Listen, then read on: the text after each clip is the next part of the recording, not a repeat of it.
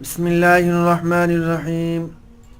السلام علیکم ورحمۃ اللہ وبرکاتہ۔ میرے دوستو، میں آج کی اس ویڈیو میں آپ کو یہ بتانا چاہتا ہوں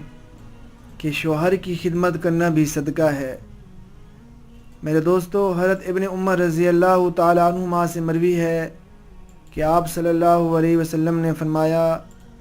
بیوی کا شوہر کی خدمت کرنا بھی صدقہ ہے۔ عزیزان محترم، کتنی فضیلت ہے کہ جس طرح اہل مال کو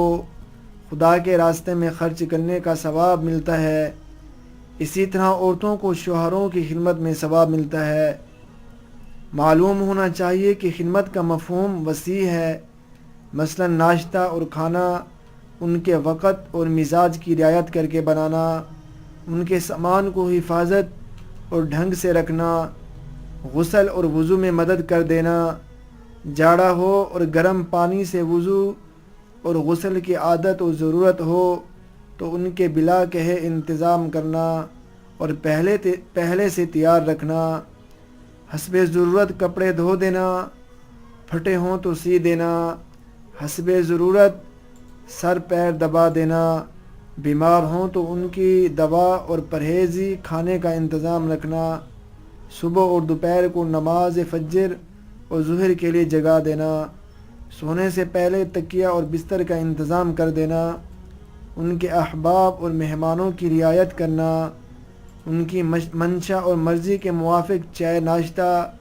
بطیب خاطر خوشی سے دینا، رات میں کچھ دیر ہو جائے تو انتظار کرنا، موسم کے موافق ٹھنڈا گرم کھانا دینا، غرض ہے کہ ہر وہ امر جس میں شوہر کو راحت اور سکون ملے اس کا اہتمام اور خیال کرنا خدمت ہے، جو صدقہ خیرات کا ثواب ہے۔ لہٰذا جو عورت مالی صدقہ کا ثواب نہیں کر سکتی، وہ شوہر کی خدمت سے صدقہ کا ثواب حاصل کر سکتی ہے۔ دعا ہے کہ اللہ ہم سب کو